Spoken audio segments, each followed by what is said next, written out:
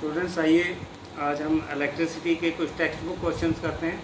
तो पहला क्वेश्चन है, will current flow more easily through a thick wire और अ थिन वायर? क्या करंट मोटी तार में या पतली तार में आसानी से, किस तार में करंट आसानी से फ्लो कर सकती है, मोटी तार में या पतली तार में? तो इसका आंसर जो है आपको कहाँ से मिलेगा? जब आपको ये क्वेश्चन याद होगा कि ऐसे कौन कौन से फैक्टर्स हैं जिन पर रेजिस्टेंस डिपेंड करती है। तो रेजिस्टेंस डिपेंड करती है लेंथ ऑफ कंडक्टर पे।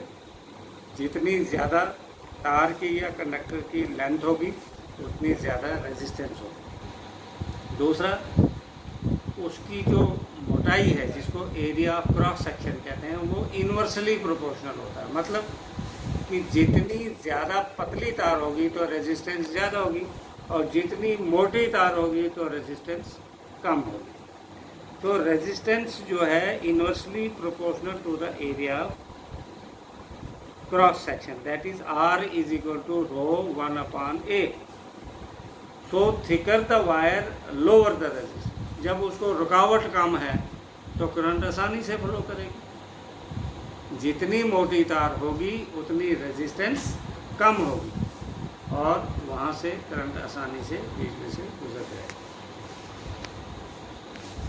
Let the resistance of an electrical component remains constant while the potential difference across the two ends of the component decreases to half of its former value. What change will occur in the current flow? Question ये है कि मान लो हमने कोई bulb या कोई electrical component लगाया हुआ और उसमें रेजिस्टेंस जो है वो बराबर है।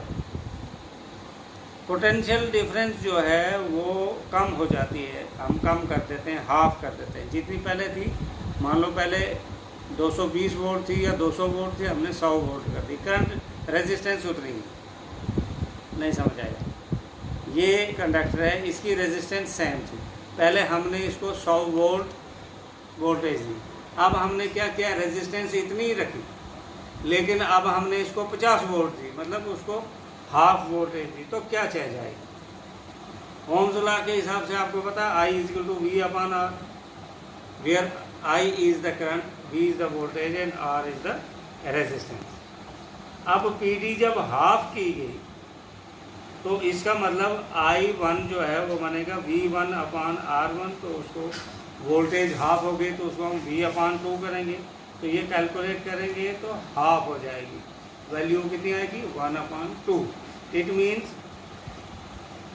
Amount of current flowing through the component is reduced by the half. Ohm's law भी ये है, वोल्टेज बढ़ेगी तो करंट भी बढ़ेगी, वोल्टेज कम होगी तो करंट भी कम होगी। Voltage is directly proportional to the.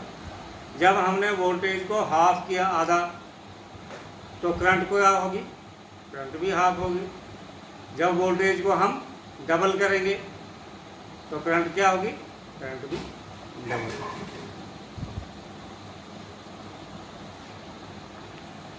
अब आपने इलेक्ट्रिकल टोस्टर देखा, जो आजकल इलेक्ट्रिकल ऐसे जिसमें हम टोस्ट बनाते हैं, या इलेक्ट्रिक आयरन्स, ये जो आप देखेंगे कि ये इंस्टेड ऑफ आयरन के ये अलाइज से मिलकर बनते हैं। रीज़न क्या है? या कुकर को ही मान के चलिए, कुकर जो है लोहे का या स्टील का, किसी एक ही मटेरियल का क्यों नहीं होता? ये एलॉय से मिलकर बनता है। एलॉय क्या हुआ? When two or more metals are mixed together to form another substance, that is alloy। जैसे स्टील एक एलॉय है और एलॉय जो है उस सब्सटेंस की एक तो हीट भी ज़्यादा प्रोड्यूस होती है, दूसरी उस सब्सटेंस की रेजिस्टेंस भी बढ़ जाती है, उसकी ड्यूरेबिलिटी, स्ट्रेंथ भी बढ़ जाती है। तो आपने एक छोटी सी बात याद रखनी है कि जब हम, ये लोहा है और ये एलॉय है, अब लोहे के बजाय हमने एलॉय का जो सब्सटेंस बनाया तो इसकी रेजिस्टिविटी मीन्स रेजिस्टेंस कम हो जाती है।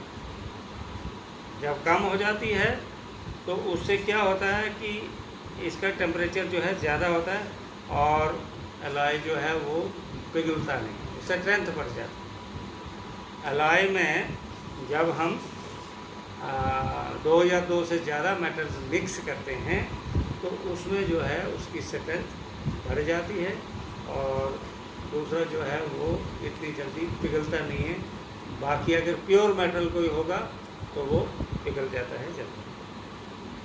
अब कुछ सब्सटेंसेस हैं, ये आपको जो है याद रखने हैं, इनकी रेजिस्टिविटी, ये आपको आगे कैलकुलेशन जब हम करेंगे तो वहाँ काम आएंगे, या कई बार मल्टीपल चॉइस क्वेश्चंस में पूछा जाता है। जैसे सिल्वर है, इसकी रेजिस्टिविटी कितनी है, मल्टीपल चॉइस में पूछा जा सकता है the resistivity of silver is, 3-4 option दिए होंगे तो आपने देखना कितनी। तो सिल्वर की रेजिस्टिविटी है 1.60 into 10 raise power -8, 10 raise power -8, ये आपने याद रखना। सिमिलरली कॉपर है 1.62 इंटू 10 रेज पावर -8। एल्युमिनियम है 2.63 इंटू 10 रेज पावर -8। टंगस्टन है 5.20 इंटू 10 रेज पावर -8। निकल है 6.84 इंटू 10 रेज पावर -8। आयरन है 10.0 into 10 raise power -8। Similarly chromium है तो क्रोमियम की है 12.9 इंटू 10 रेज पावर -8। मरकरी है 94.0 इंटू 10 रेज पावर -8। मैग्नीज है 1.84 इंटू 10 रेज पावर -8।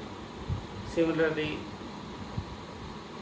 कांस्टेंटन है वो है 49.10 इंटू 10 रेज पावर -8।